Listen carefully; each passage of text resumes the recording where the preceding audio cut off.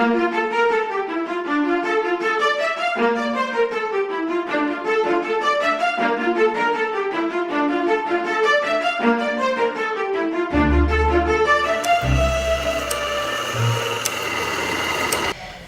Naida Rutherford, your coroner, America's coroner, telling stories that matter, dedicated to the truth.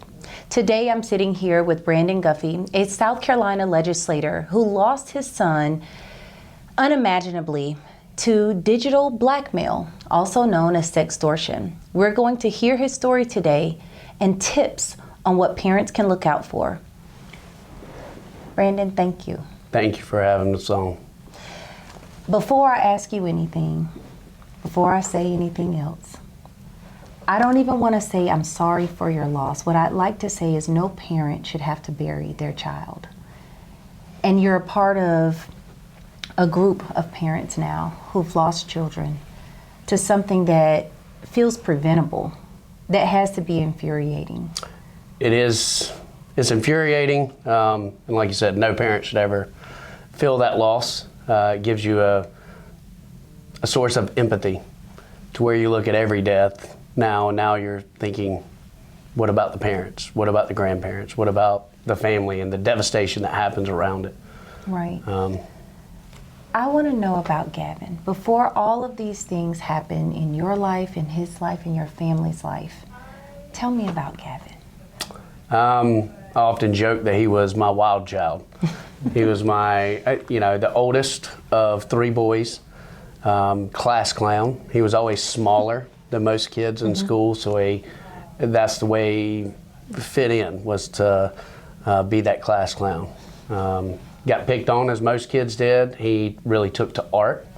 He loved art. I share this story as an example, but growing up, I was always a big football fan. I played football, so we would go to games, and Gavin would go and paint his face, and he'd sit up there and yell with me, and it was obvious he didn't have the athletic skill. And my wife came to me one day and she said, he doesn't really like football, he just likes spending time with his dad. Oh. And I went to him and I said, you know what, bud, if you like football, I'm happy to go with you, but don't think that we always have to do what I want to do. Let's do some things that you want to do. And from then out, it was Comic-Cons and Listen, I've been to some Comic-Cons. Yeah. Those are pretty fun. So we connected a lot with the superhero movies. Oftentimes I'll wear Spider-Man socks or little things like that just to kind of give the reminder of him. But yeah, he was rambunctious just as any other teenager would be. We had a very close relationship. I knew that he had been sexually active. I knew that he had experimented with drugs. And to me, those are the hardest conversations. So I never felt like we couldn't have those conversations, which was more disturbing to me. And I'll use this as an example of his rambunctiousness. We live in Rock Hill, just south of Charlotte. Gavin went viral in the middle of my primary campaign. And his username was Baby Guffey, because he dropped his pants in front of LaMelo Ball's car to take a photo, because his girlfriend thought LaMelo Ball was just the hottest guy around, and then it ended up going viral. But yes, that was Gavin. He was constantly trolling me. Everything was a joke, but he was very passionate about everything that he did. And the relationship that the two of you had, you could talk about anything. Yeah. I mean, most dads, don't necessarily, they want to know, but they kind of don't want to know if their children are doing certain things, right? Well, he was certainly a mama's boy. Firstborns they're attached to their mother for life. Oh yeah, and listen, I'm a mom of two boys. I understand. And so he was definitely a mama's boy, but we had that I don't want to say tough love. He didn't hesitate to come to me with issues and ask, Dad, what about this? What about this advice? And we would have those conversations. So transitioning into why I'm here, hearing how close you were to Gavin, that had to make his death and the way that he died even more heartbreaking. Was. Talk to me about what happened to Gavin. So Gavin was on video game right at midnight with friends on July 27th of 2022. He was reached out to by a girl. He told his friends, this girl at a neighboring college, plays volleyball, has messaged me, and they started talking. I think the first post or whatever she sent him after that he accepted the friend request on Instagram, which he had other friends in common, so he assumed that he knew her. Yeah. Was, "You're cute. Are you in the military?" Well, Gavin, of course, had my wife's Panamanian, so he had very big hair. And I would joke around and say, "Well, you never put a hairbrush in it," because he was like, "You just can't get a brush through it. It's so thick." But that, to me, that should have been a sign. But he got off the game with friends and said, "Hey, I'm going to talk to this girl, and I'll catch you guys later," and jumped off the game. Normal teenage stuff. Not Yes. abnormal for a cute girl to slide into his DMs and say, "Hey, I think you're attractive." Yes. Okay. And this generation, it's not uncommon to have these online relationships where you meet people online. Absolutely. Like I said, he was playing a video game, probably with 10 other people. Some of them he knows personally, some of them he doesn't. Exactly. But he considers them his friends. And so he's having the conversation with her. They begin to exchange images, flirtatious with one another. And as soon as Gavin shared an image, the supposed girl began to blackmail him for money. I was in my bedroom. It was about 1:30 in the morning, and I'm laying there replying to emails. And the way our house is set up, there's a ranch-style house, all the bedrooms on one side, kitchen on the other. Gavin came out of his bedroom being very quiet, which as a parent makes you a little suspicious because you're used to fussing at him. He walked down the hallway, and something in my gut just told me to get up and check with him. I never heard a refrigerator door open or anything of that nature. And as I got up and I was walking back past the hallway, we have a bathroom that separates it. He was walking into the bathroom, and I just told him, "Good night, buddy, I love you." And his brother was in the other room, so I walked in there to lean down to give him a kiss, which I often do, just say good night and I love you. And it sounded like what I describe as a bowling ball coming down from a top shelf. And so I ran and kicked open the door.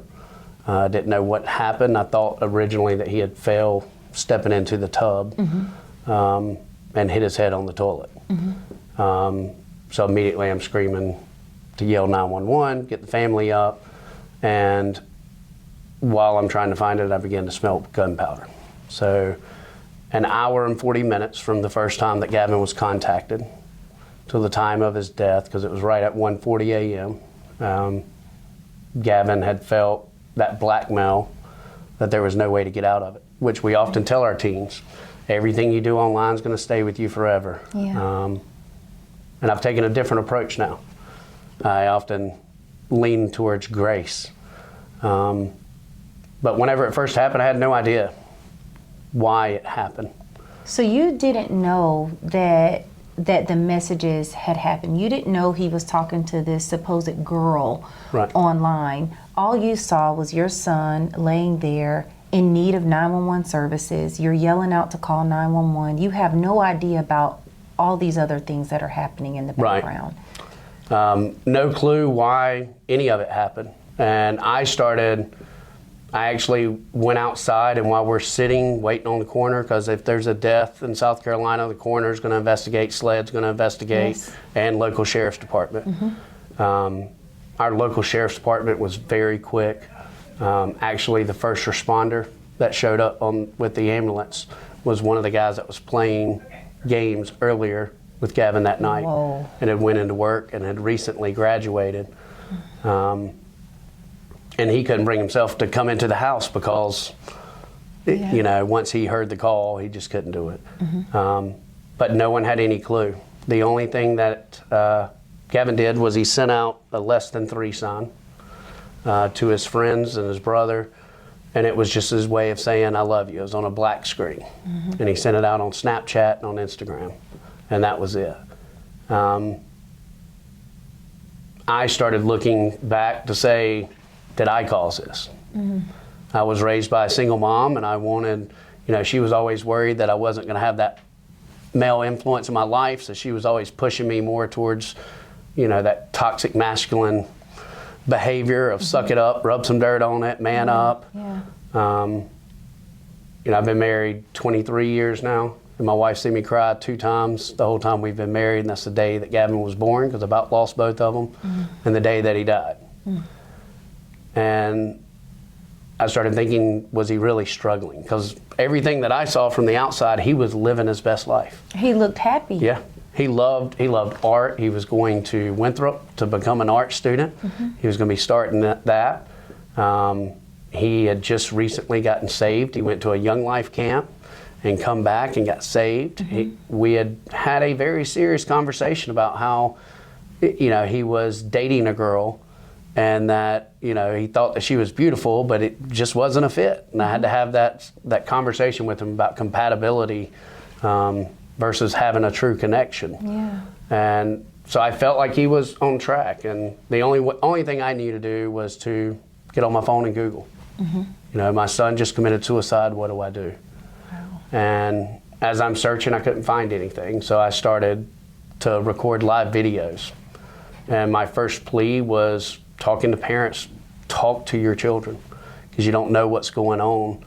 And I started looking down the mental health aspect, whereas I thought it was maybe less of a man to cry. On this video, of course, I'm snot-faced crying in the middle of the camera and just saying, what's more manly? To own your emotions and say, now what? Or to sit here and try and hide them? And what are we teaching our children by the way that we act? But then you find out this wasn't Gavin struggling with mental health necessarily. Right.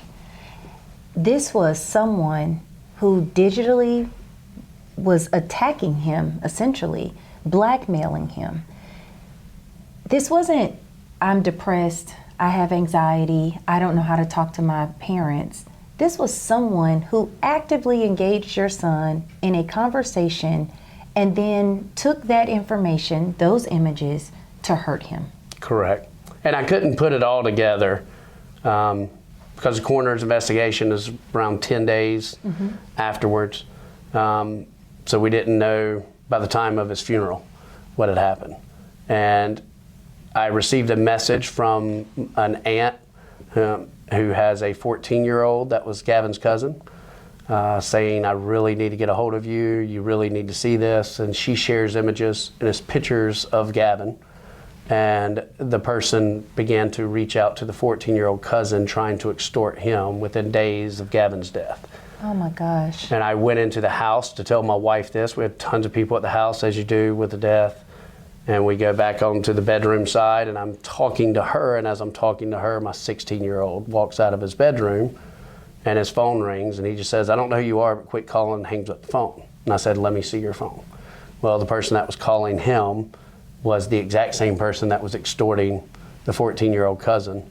I mean, they wasted no do they even know that Gavin was dead at this point? Yes, they did. So they knew he was dead, and they continued to harass you, your family, with these images of Gavin? Yes. Trying to extort for money. What were they asking for? I think Gavin, originally, I think they were asking for $125. And Gavin had the money in his account. I think he saw the writing on the wall. And I believe he felt alone. Yeah. I think he felt targeted because no one talked about this. Right. I mean, these aren't conversations we have. And since I went public with the story, I began to hear other stories. But, you know, there was no media coverage. There's nothing, and parents were just unaware. Yeah. And it's become so prevalent now that even some of Gavin's friends that are fully aware of what happened to him have fallen victim since. Because it seems so real with artificial intelligence. I mean, they can create young women that look like very real women. I see it all the time right now. Matter of fact, we passed Gavin's law in South Carolina. I was elected within months after Gavin's death, and my first mission became to create a sextortion law in the books in South Carolina. The first person that was charged, it was actually digital images. It wasn't even a real photo. Someone taking a picture of a classmate using a Nudify app to strip down their classmate and use that to get more images, which has become a major crime. It's one of the things that we are having, our laws have to transition to cover digital intimate images. They have to catch up to Yes. where we are. I feel like sometimes the laws that are in place don't match what we're actually living every single day. And I think it's so important, not only Gavin's law, but some of the other work that you're doing around not only mental health, but around cybersecurity, really, Yes. because that's what it is. It's protecting our children. I saw a quote that you gave to CNN, and you said that you will protect children until the day that you die. That's my life's mission now. I think big tech is the equivalent of this generation's big tobacco. They're aware of all of the issues that they're causing. And my career actually started off in tech in the early days of us building algorithms. Yeah. So I've seen it firsthand. I've seen how we can control people's mind and control their spending habits. And it's one of the reasons that I walked away from marketing back then.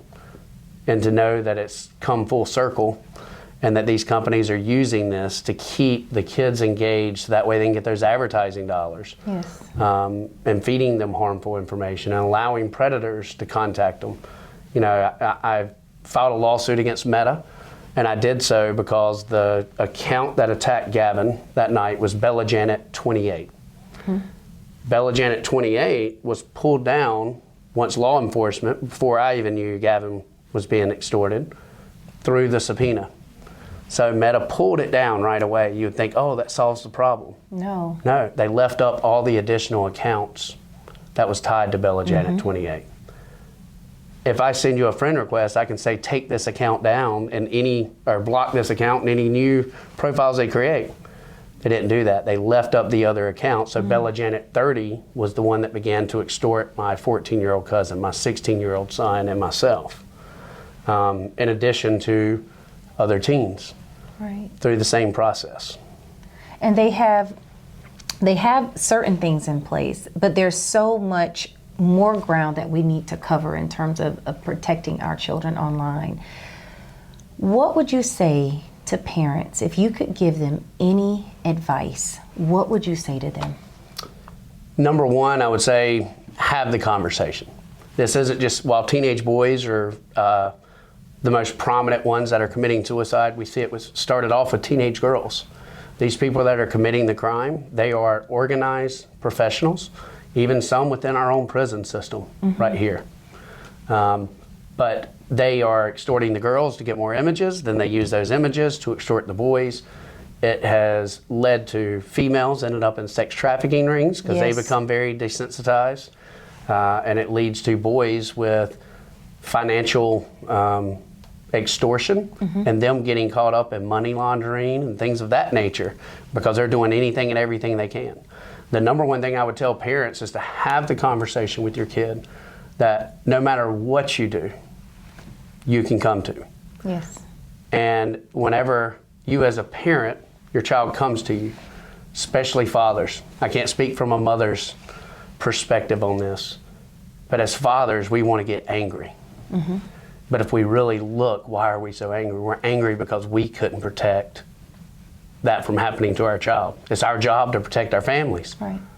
And yet someone, even though we provided that home and that security and that bedroom lock and we feel secure, yet somehow we didn't stop that predator from attacking our child in their own bedroom. The external forces are definitely at play, and I think that's, as a parent, I saw another an article where you said, no matter what type of parent you are, you cannot protect them from everything. Yes. This is why the hard conversations matter the most. Has to happen. I have two teenage sons, 15 and 14, and they say, there's like, Mom, you're being so creepy, you're being so cringe. And I'm like, if someone asks you for a naked photo, don't do it.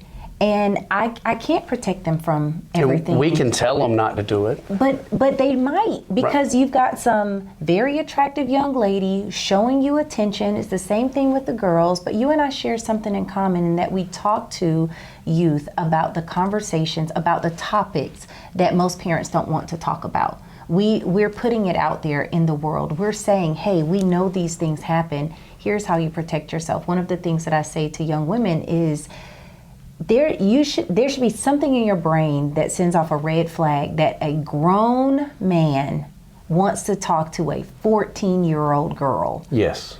That is weird.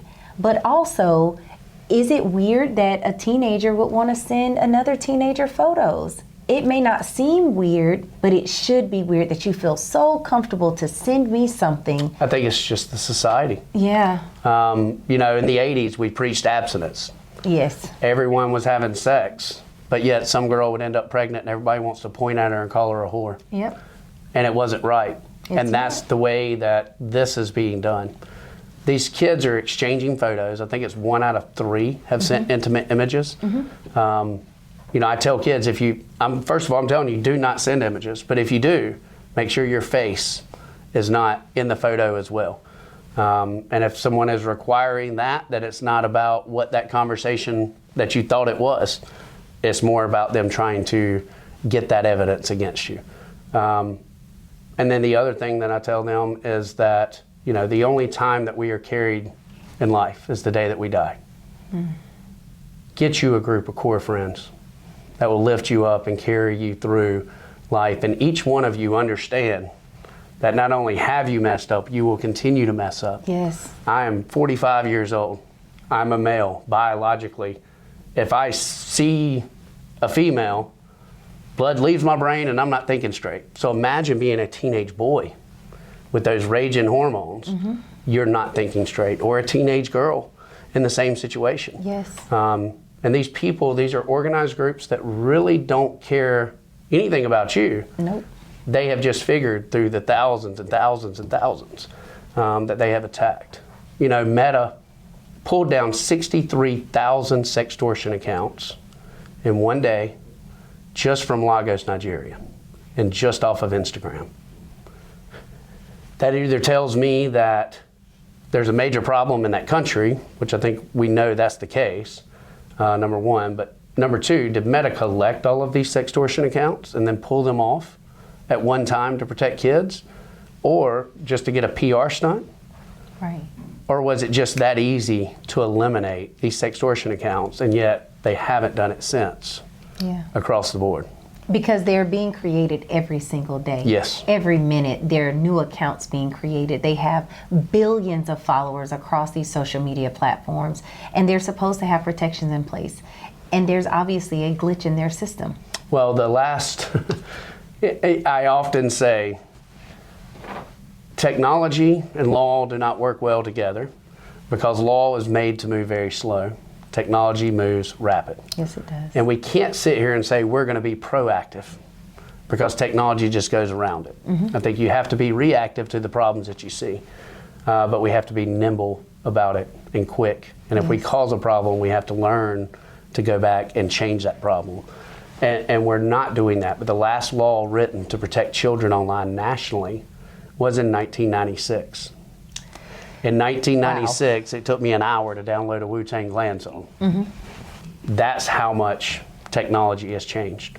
Now and it's milliseconds. Right.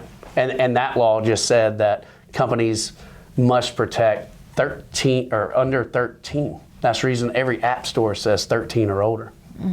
So that way they can't be held liable. And it kept them, these are the world's richest companies since the inception of man, and yet they can't be sued. So we've got a lot to catch up with there. And now we're headed into the next revolution of artificial intelligence with the fake images, how easily it is to create these things. Oh, yes. So I know that you have a lawsuit pending, and we don't have to get into the particulars of that. I want to protect that at all costs. I want justice for Gavin and for all of the children who are affected by this and their families. Tell me what you're doing right now that keeps Gavin's legacy alive. Whenever we lost Gavin, I wanted to quit politics. Just wanted to be the guy in the corner. And my wife said, absolutely not. You're one of the few people that can get in and make a difference. I lost my ability to multitask. I have to singularly focus. So what I had to focus on initially was passing Gavin's law. Once we got Gavin's law passed, I thought that would make me feel whole again. It didn't. I couldn't focus on tracking down the people responsible for Gavin. I had to trust law enforcement and their ability to do so. Unfortunately, a lot of communities don't have, I guess, that much support like I had at the time. But I was able to take that off, and then so after we got Gavin's Law, my focus began starting a nonprofit. I wanted to name it Tomorrow Needs You, and I went to a SEE TV mental health forum, and while we were sitting there with the message that Gavin sent out as less than 3, a lady advocating for gun locks come up. And she said the average time, or the majority of suicides are impulsive, which I never knew that. And she said the average time from making a decision to committing the act is less than 20 minutes. But if there is a gun involved, it's less than 3 minutes. So instead of naming the nonprofit Tomorrow Needs You, I made that our slogan and said, no, we're going to name it Less Than 3. And we're going to talk to teens. So I travel around speaking about the mental health aspects, trying to spread the message of grace and forgiveness. We're all too busy acting like we're perfect, and all of us fall short. And really trying to educate the teens on digital sextortion, cyber crimes, because sextortion is the crime now, but it's going to evolve. Yes, it will. And then working on a federal level and working with other states, trying to get legislation that works, because of course the richest companies have the biggest law firms to fight against it on this legislation. So that has been my primary focus, and it will be my focus till the day that I die, regardless of being in office or not. My focus will be on saving as many kids as possible. And I often say, the one thing I felt like God gifted me was a big mouth. And so I will talk about it constantly, and I've shown up at events where 10 people are there. But I've never walked away from an event without somebody contacting me and saying, thank you for that conversation. Yes. I went to my child and this was currently happening. Wow. Or my child told me this just recently happened to them. That is the biggest thing, have the conversation. I went on Dr. Phil, and a lady came on there, and a teenage boy came on there. He had been extorted for close to a month, and the only reason that he came clean is because his mom went to him after watching one of my live videos to talk to him about sextortion, and he immediately broke down. Oh my gosh, you're So, changing lives. That's You're the saving hope lives. is saving lives. Yeah. If we can't protect the next generation, then what are we doing? I agree.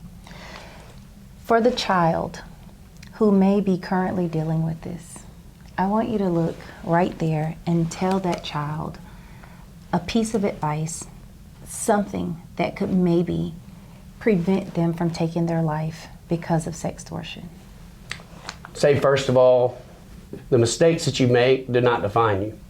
They help you become the adult that you're meant to be.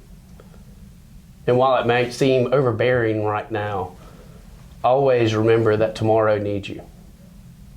And you might not be able to see it, but the impact that you will make and the experience that you're gaining through this process is invaluable. But lean on your parents, have the trust in your parents. And if you don't have that relationship, go to a trusted adult that you can have the conversation with. Or Google me. I'm happy to pick up the phone. I've dealt with thousands of teenagers in this situation. But seek help. If you've already sent money, do not send any more. Record everything, even though it might be disappearing messages. Record, screenshot. Make sure that you keep that information handy. But do not send any money, because once you send money, they never stop. It never ends. Right. They're going to keep asking for more. Yes. Representative Guffey, Thank you. dad, husband, community advocate, fighter, messenger for Gavin, thank you. Thank you so much. I really appreciate you taking the time to speak with me today, but more importantly for sharing about Gavin and his legacy and what you hope people can learn from him. So thank you so much. I really appreciate it. Thank you. You just heard the story of Gavin Guffey, who was targeted by someone online who he thought was a person close to his age. Don't make the same mistake. And if you have had this type of contact with someone, stop now. You just might save your life or someone else's. I'm Naida Rutherford, your coroner. Thank you.